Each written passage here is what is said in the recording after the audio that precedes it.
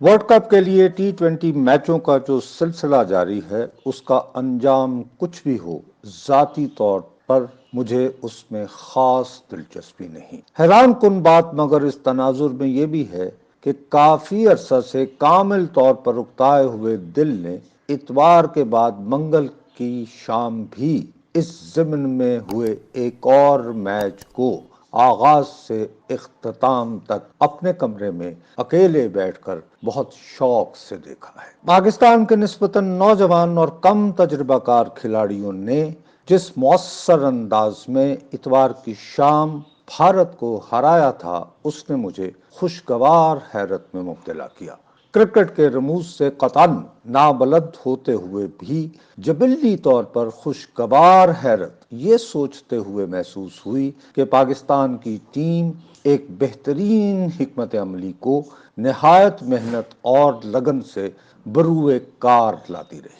New Zealand کے خلاف ہوا میچ بنیادی طور پر میں نے یہ طے کرنے کے لیے دیکھا کہ مذکورہ حکمت عملی اپنی جگہ برقرار ہے یا نہیں، اور اتوار کی شام کہیں خوش بختی والا تکا تو نہیں لگ گیا تھا۔ منگل والا میچ دیکھنے کے بعد نہایت اعتماد سے یہ محسوس کر رہا ہوں کہ مذکورہ حکمت عملی اپنی جگہ قائم و دائم ہے۔ ان دنوں جو ٹیم ہے وہ سٹار ہوئے چند کھلاڑیوں کی ہرگز محتاج نہیں، کامل یکسوئی کے ساتھ میدان میں اترتی ہے، اور ہمارا کپتان بہت ہوشیاری سے یہ طے کرتا ہے کہ میچ جیتنے کے لیے کون سے کھلاڑی کو کس وقت استعمال کرنا ہے۔ نیوزی لینڈ کی ٹیم نے حال ہی میں سیکیورٹی کے بہانے میدان میں اترنے کے باوجود ایک میچ پاکستان میں کھیلنے سے انکار کر دیا تھا۔ قومی جذبات کو اس کے رویے نے یقیناً بہت دھچکا لگایا۔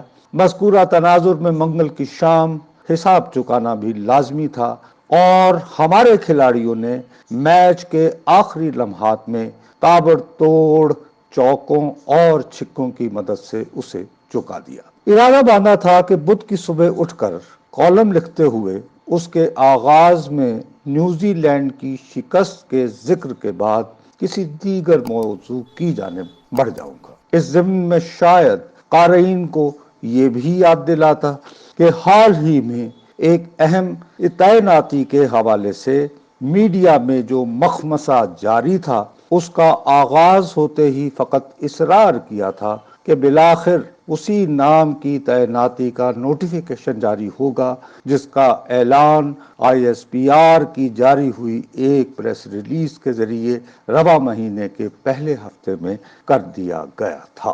اس حوالے سے ہوئی تاخیر کی بابت 100 طرح کی کہانیاں پھیلیں۔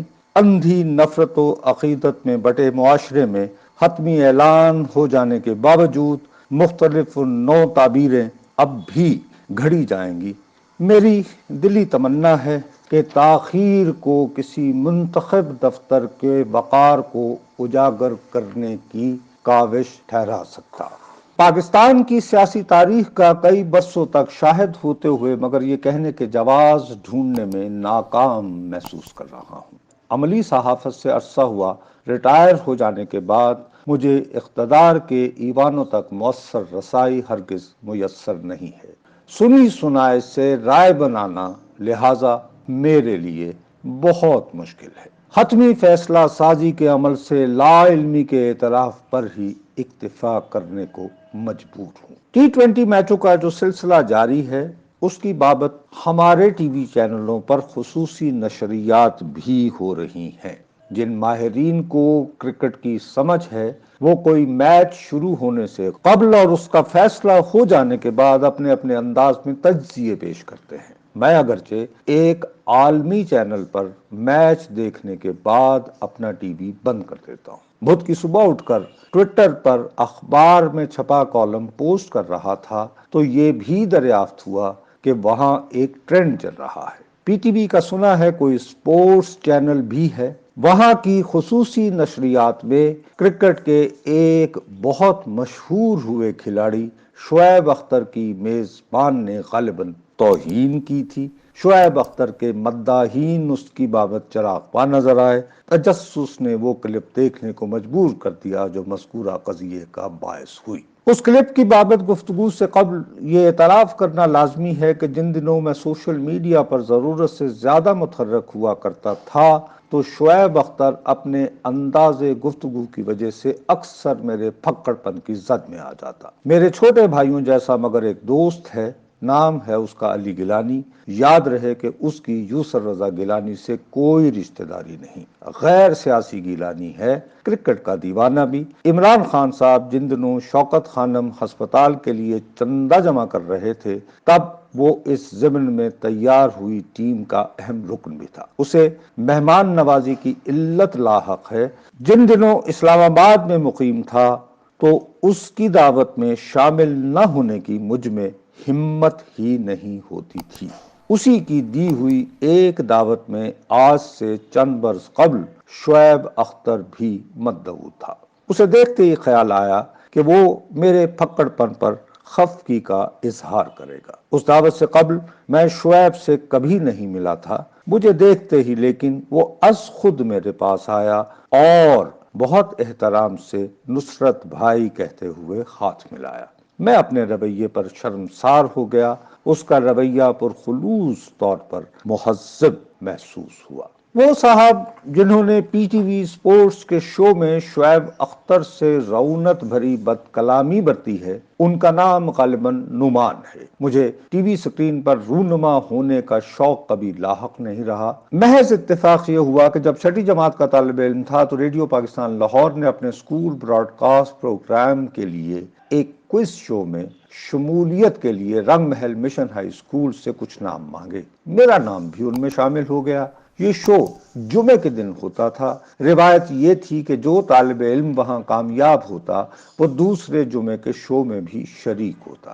میری خوش بختی رہی کہ میٹرک کا امتحان دینے تک میں اس شو میں مسلسل شریک ہوتا رہا۔ ہر ہفتے ریڈیو پاکستان لاہور جانے کی وجہ سے مجھے بہت نامور ربازوں کو بہت قریب سے دیکھنے کا موقع ملا۔ ان دنوں ریڈیو کے پچھواڑے میں پی ٹی وی کا سینٹر بھی قائم ہو چکا تھا۔ میں اپنے بچپن کا فائدہ اٹھاتے ہوئے وہاں بھی چلا جاتا۔ پی ٹی وی کو کامیاب ترین ادارہ بنانے والے بے تحاشا افراد کے انہماک اور لگن کو بھی لہٰذا بہت قریب سے دیکھا۔ ان کی بدولت جبلی طور پر یہ بھی جان لیا کہ کیمرہ اور مائک کے بنیادی تقاضے کیا ہوتے ہیں۔ ان تقاضوں کو ذہن میں رکھتے ہوئے یہ لکھنے کو مجبور ہوں کہ نعمان نام کا اینکر کسی بھی صورت مائک یا کیمرے کے روبرو بیٹھنے کے قابل نہیں۔ اسے ہرگز خبر نہیں کہ کیمرے کے روبرو کندھے جھکا کر نہیں بیٹھا جاتا۔ آواز کا زیروبم بھی ہوتا ہے۔ دیکھنے والوں کو اپنی جانب متوجہ رکھنے کے لیے الفاظ کی ادائیگی چہرے کے تاثرات کے ساتھ ہی مؤثر تر بنائی جاتی ہے۔ اس کے علاوہ ایک شے ہوتی ہے جسے سٹریس اور پوز کہا جاتا ہے۔ سادہ الفاظ میں یوں کہہ لیں کہ کسی لفظ کے نیچے آواز سے خط کشیدہ کھینچتے ہوئے اسے نمایاں کرنا اور فکروں کے درمیان تجسس اکساتے وقفے۔ موصوف ایسی مبادیات کے بارے میں قطعاً پیدل ہیں۔ اکثر ان کی گفتگو کے آخری فقرے ڈراپ بھی ہو جاتے ہیں، یعنی ناقابل سماعت۔ شعیب اختر ان کے مقابلے میں ٹی وی کیمرے کے روبرو بیٹھنے اور بولنے کے ڈھنگ سے جبلی طور پر آگاہ ہے۔ کرکٹ کھیلتے ہوئے اس نے نام بھی بنایا ہے۔ وہ ہر حوالے سے عزت و احترام کا مستحق ہے۔ اس کے ساتھ بد کلامی کرنے والے میزبان کی مذمت ہر حوالے سے لہذا جائز محسوس کر رہا ہوں۔